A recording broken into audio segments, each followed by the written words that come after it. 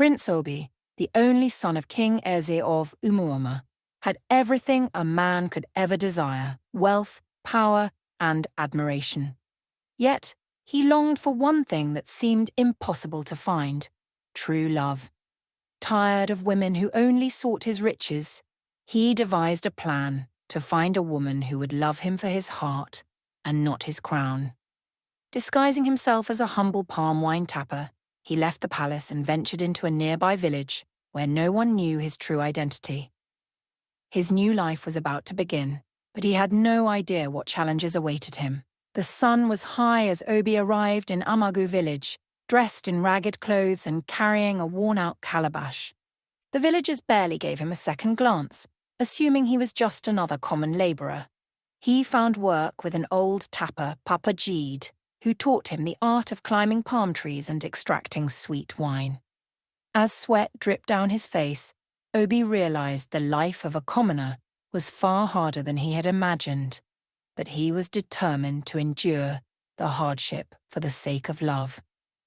By the end of his first week, Obi had earned the respect of some villagers but remained unnoticed by Ada, the woman he sought to win over.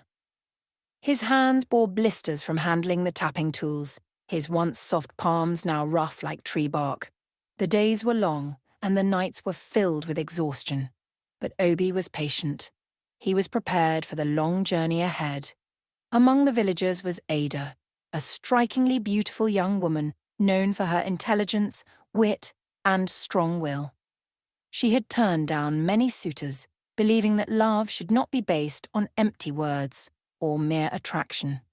Her mother often warned her about being too dismissive, but Ada remained firm in her beliefs.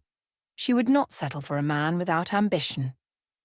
One fateful evening, Obi spotted Ada at the village stream, carrying a clay pot on her head. Enthralled by her beauty, he approached her with a warm smile. "Good evening, beautiful maiden. May I help you with your load?" he offered. Ada looked at him from head to toe, unimpressed by his dusty clothes and calloused hands. "Help me? A palm wine tapper like you? If I wanted help, I'd ask someone with a future," she scoffed, walking past him. Obi stood frozen, his pride wounded. Winning her heart would not be easy. Despite her harsh words, Obi was not discouraged. He decided to prove himself through his actions. Over the following weeks, he helped the village elders with repairs, assisted farmers during harvest, and continued perfecting his palm wine tapping skills. Slowly, he gained the admiration of many in the village, though Ada remained indifferent. One day, an arrogant suitor named Chike, a wealthy merchant's son, approached Ada with extravagant gifts. "Why waste your time talking to a mere tapper? A woman like you deserves a man of status," Chike boasted. Obi clenched his fists, but said nothing. He had vowed to win Ada's heart with patience, not wealth. The battle for love had only just begun. One evening, as Ada walked past Obi's hut, she noticed him giving his last cup of palm wine to a hungry child. For the first time, she paused and observed him with curiosity. Perhaps there was more to this tapper than she had assumed. Determined not to give up, Obi found ways to cross paths with Ada.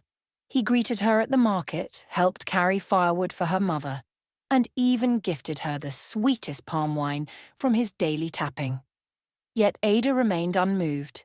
She saw him as nothing more than a man with no ambition, a poor labourer who had nothing to offer. One day, an elderly woman in the village, Mama Ifeoma, called Ada aside. "My child, you judge too quickly. A man's worth is not in his wealth, but in his character. The true measure of a man is how he treats those around him," she said wisely.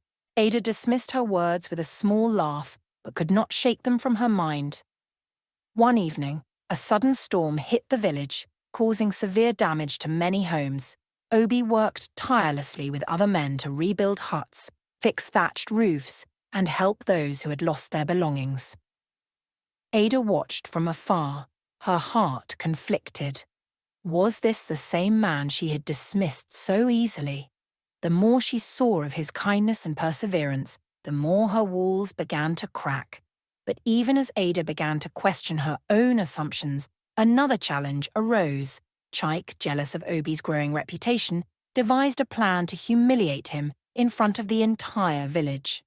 The true test of Obi's patience and Ada's realization had begun. Chike, burning with jealousy, sought ways to ruin Obi's growing reputation. He spread rumors that Obi was a thief who had fled his homeland and was hiding in Amagu village.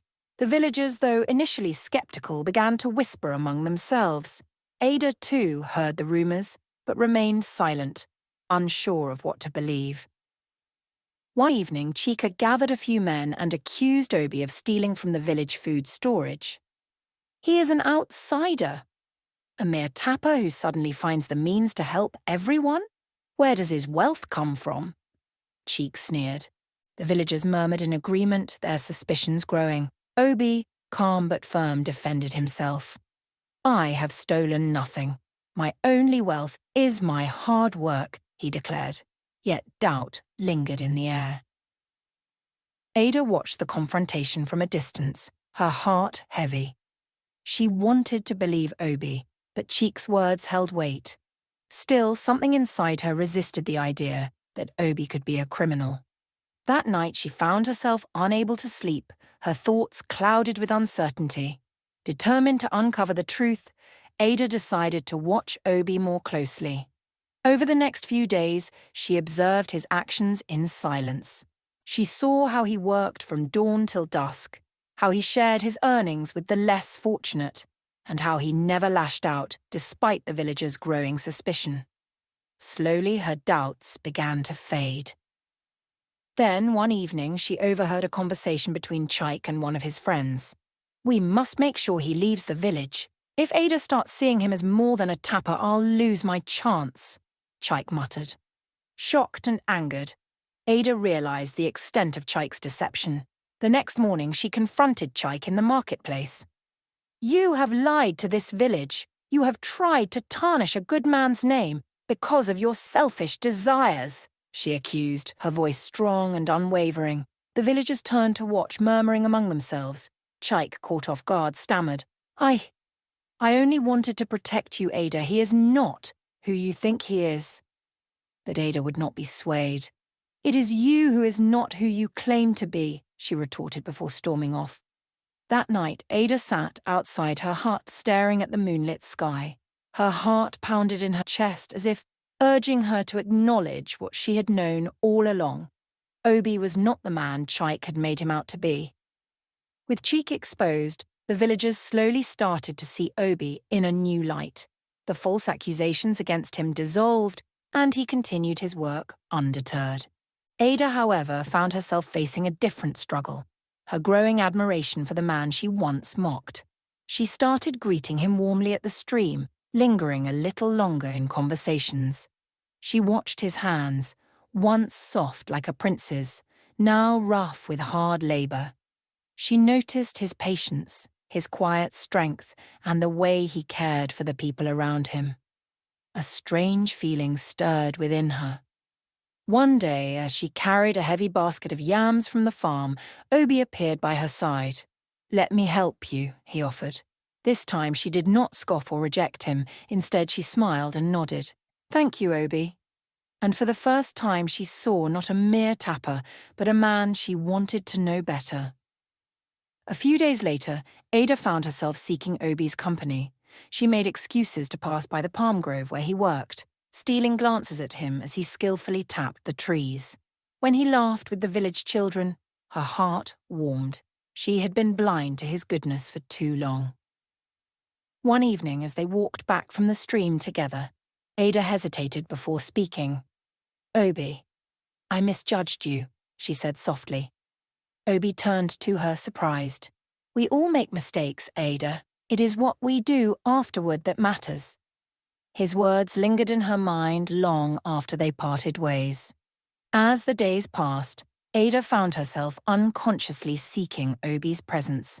She lingered near his hut in the evenings, watched as he shared meals with the elderly, and noticed the way he played joyfully with children. He was nothing like the selfish, lazy men she had assumed all Palmwine tappers to be. One evening, As she sat by the riverbank washing clothes, Obi approached her. "You seem deep in thought, Ada," he observed, squatting beside her. She smiled faintly. "I was just thinking about how wrong I was about you," she admitted, surprising even herself. Obi chuckled. "It is human nature to judge quickly. I hold no grudge against you." He dipped his hands into the water and helped rinse one of her garments. Ada's heart skipped a beat. She had never imagined herself enjoying the company of a mere tapper, but here she was, savouring every moment. Their conversations became longer, their laughter more frequent. Ada found herself looking forward to their encounters, and her heart softened in ways she never expected. Obi, too, noticed the change but remained patient. He knew Ada was battling emotions she had not yet come to fully understand.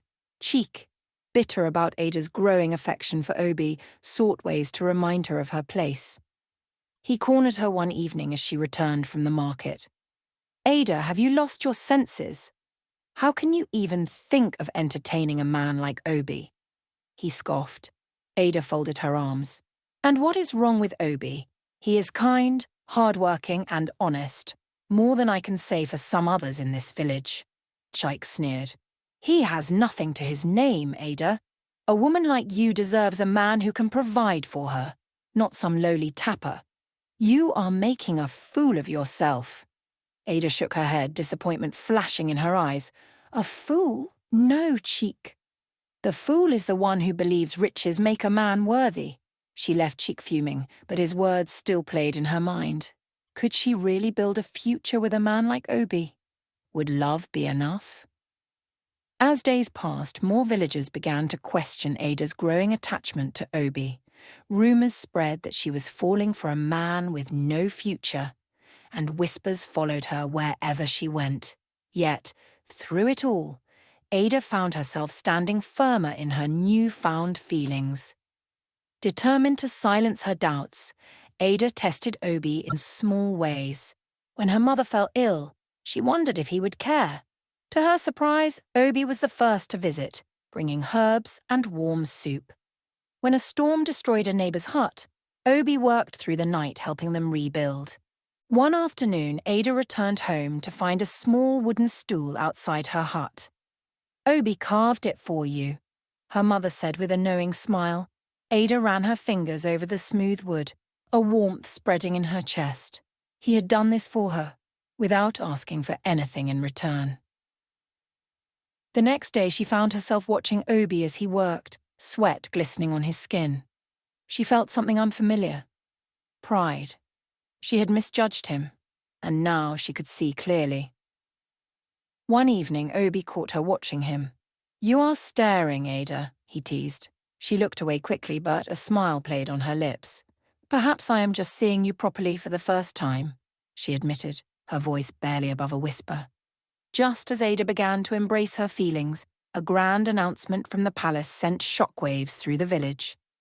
King Eze declared that his long-lost son, Prince Obi, would soon be revealed to the people. The village was abuzz with speculation about the prince's true identity. Obi knew his time as a commoner was coming to an end. The revelation would change everything. And worst of all, it might shatter the budding love between him and Ada. Ada, oblivious to the truth, couldn't shake the feeling that something was about to change, but she had no idea just how much. One evening, as the village gathered by the main square, the palace messengers arrived. "The prince has been among you all along," they announced. "Tomorrow his true identity shall be revealed." Gasps and murmurs filled the air. Ada felt a strange unease settle in her chest. Something told her that the truth would alter everything she thought she knew. The announcement sent waves of excitement and uncertainty through the village. Elders spoke in hushed tones, trying to recall the lost prince's features, while the young girls gossiped about the possibility of a royal wedding. Ada listened quietly, feeling an odd unease settle in her chest. Meanwhile, Obi struggled with his emotions. He had planned to leave his disguise behind when the time was right, but the sudden announcement forced his hand. He knew Ada was beginning to care for him, but would she accept him once she learned the truth? One evening, as they walked by the riverbank, Ada noticed Obi's distant expression. "You seem troubled," she said. Obi hesitated, then smiled faintly. "Change is coming, Ada. I only hope it does not take away the things that truly matter." Her brow furrowed. "What do you mean?" Obi simply shook his head. "Soon you will understand." The words left Ada restless. She had never seen Obi so pensive, so guarded. She longed to ask him more, but something told her she would find out soon enough. That night Ada tossed and turned in her sleep, her mind filled with questions. Had she misread everything? Was Obi keeping something from her?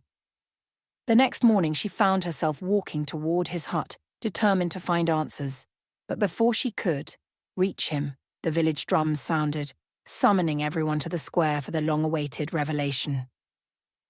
The village square was filled with eager faces as the drums continued to beat rhythmically, signaling the moment of revelation. Men, women, and children gathered, whispering excitedly about the mysterious prince who had been living among them. Ada stood among the crowd, her heart pounding in her chest. She had never felt such apprehension before.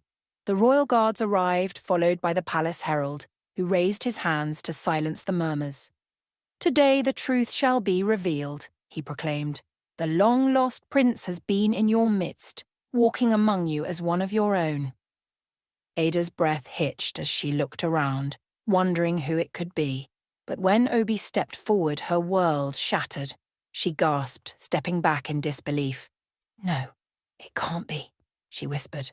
The man she had grown to admire, the one she had begun to open her heart to, was royalty. Obi, now adorned in regal robes, gazed at her with regret in his eyes. "Ada, I never meant to deceive you," he said softly. "I only wanted to find love without the shadow of my title." But Ada could not respond. The weight of the revelation pressed down on her, leaving her lost in a whirlwind of emotions. She barely heard the continued proclamations of the herald or the cheers of the villagers as they celebrated their prince. Her mind was clouded with questions. Had everything been a lie? Had his kindness, his patience, his unwavering attention all been part of some elaborate test? Unable to bear the turmoil within her, Ada fled from the square, ignoring the calls of her mother and friends. She needed space. She needed time. But time did not always grant clarity, and she feared that her heart had become tangled in something she could no longer control. Ada could hardly move. The villagers erupted into cheers celebrating their prince, but all she felt was confusion and pain. The man she had come to trust had kept such a monumental secret from her. Chike, who had once tried to deter her, wasted no time in taking advantage of her turmoil. He approached her with a smirk. "I told you, Ada. You were foolish to fall for a commoner. But now, look where your heart has led you." Ada turned away from him, not wanting to hear his taunts. Instead, she focused on Obi. His face showed sorrow, his stance hesitant, as if waiting for her reaction, but she couldn't find the words to speak. That night, she avoided him. As the village celebrated, she slipped away to the riverbank, where she had first begun to realize her feelings. The stars reflected on the water, but their beauty did nothing to calm her stormy heart. Sitting by the bank, she replayed every moment in her head. Every smile he had given her, every act of kindness, every whispered word. Were they all false? Or was he truly the man she had come to love? The thought terrified her. "I need to think," she murmured to herself. But thinking was difficult when her heart and mind were at war. Obi searched for Ada, knowing he needed to explain himself. He found her sitting by the river, staring at the flowing water. "Ada," he said gently, sitting beside her, "please talk to me." She exhaled sharply. "Why did you lie, Obi?" Her voice wavered. "Why did you let me believe you were just a tapper?" "Because I needed to know who would love me for me," he answered truthfully. "All my life people have seen the prince and not the man. You saw the man, Ada. That is why I fell for you." She turned to face him, her eyes filled with unshed tears. "But how do I know what was real and what was part of your test?" Obi took her hand, his grip firm yet tender. Everything was real. My work, my kindness, my love for you, all of it. The only thing I hid was my title. Ada wanted to believe him, but doubt gnawed at her heart. Could she love a man who had hidden such an important truth? "Give yourself time, Ada," he said softly, "but know that my heart remains yours, whether you accept it or not." She watched him walk away, leaving her with more questions than answers. Days passed, and Ada distanced herself from Obi. The village was abuzz with preparations for the prince's official coronation. Yet, Ada felt disconnected, as though she no longer belonged. Her mother noticed her sadness. "My daughter, love is not always simple," she said. "The question is, do you still love him?" Ada didn't know how to answer. She knew she had feelings for Obi, but her trust had been shaken. On the night before his coronation, Obi visited Ada's hut. "I will not force you to be with me, Ada," he said, "but I will wait for you, however long it takes." Tears welled in her eyes as he turned to leave. She knew this was her moment to decide, follow her heart, or let fear take control. The next morning, the village was filled with excitement. The coronation would begin at midday, and the air was thick with anticipation. As Ada watched from the distance, her heart waged a final battle. Could she truly walk away from the man she loved? As the drums signaled the beginning of the ceremony, she took a deep breath. It was time to make her choice. The sun shone brilliantly over the village as preparations for Obi's coronation reached their peak. Vibrant fabrics adorned the square, villagers dressed in their finest garments, and musicians played celebratory tunes. But amidst the joy, Ada felt trapped in an emotional whirlwind. She watched from a distance as the palace servants dressed Obi in his royal robes. He looked magnificent, every bit the prince he had always been. But to Ada, he was still the man who had worked tirelessly in the fields, the man who had carved her a stool with his own hands, and the man who had won her heart in the simplest ways. "You seem lost in thought," her mother observed, stepping beside her. Ada sighed. "How can I stand before him now? How can I love a man who deceived me?" Her mother smiled knowingly. "Sometimes we must look beyond the pain and see the intent. Did he ever treat you with dishonesty in his heart? Did he ever use his power to hurt you?" Ada remained silent, uncertain. She had spent sleepless nights pondering over these questions, yet her heart resisted an easy answer. As the moment of the coronation neared, Obi's eyes searched the crowd for Ada. Though he stood adorned in gold and silk surrounded by nobles and guards, none of it mattered if she was not by his side. "She will come," his father, King Eze, reassured him. "Love, when true, cannot be silenced by doubt." Obi inhaled deeply, hoping his father was right. Meanwhile, Ada wandered through the outskirts of the village, torn between her heart and her fears. She had almost convinced herself to walk away when she stumbled upon the palm grove, where it had all begun. She traced her fingers over the bark of a tree, recalling the first time she had seen Obi tapping wine, his hands rough yet skillful, his eyes full of kindness. Tears welled in her eyes. Love had found her when she least expected it, but was she ready to fight for it? The coronation began with Obi standing before the village, waiting to be crowned. Cheers erupted as the elders placed the ceremonial crown upon his head. But amidst the celebration, his heart felt incomplete. Then, just as the final words of the coronation were spoken, a voice rang through the crowd. "Wait!" Gasps echoed as Ada stepped forward, her eyes locked onto Obi's. The entire village turned to watch. "I was afraid," she admitted, her voice steady despite the weight of her words. "Afraid that loving you meant accepting a life I did not understand. But love is not about understanding every detail. It is about trust, and my heart tells me to trust you." Obi's breath caught in his throat. "Ada, are you saying—" She nodded, stepping closer. "I love you, Obi. not as a prince, but as the man who made me laugh, who worked beside me, who showed me kindness when I least deserved it." Cheers erupted through the village, and Obi wasted no time pulling her into his embrace. "And I will spend every day proving to you that I am worthy of that love." Life after the coronation was different, but beautiful. Ada, once hesitant about palace life, found herself welcomed warmly.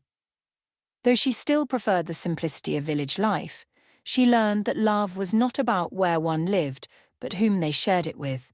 Obi ensured that despite his royal duties, he never lost the humility of his time as a palm wine tapper. Together they established initiatives to help the villagers, ensuring that no one was left behind.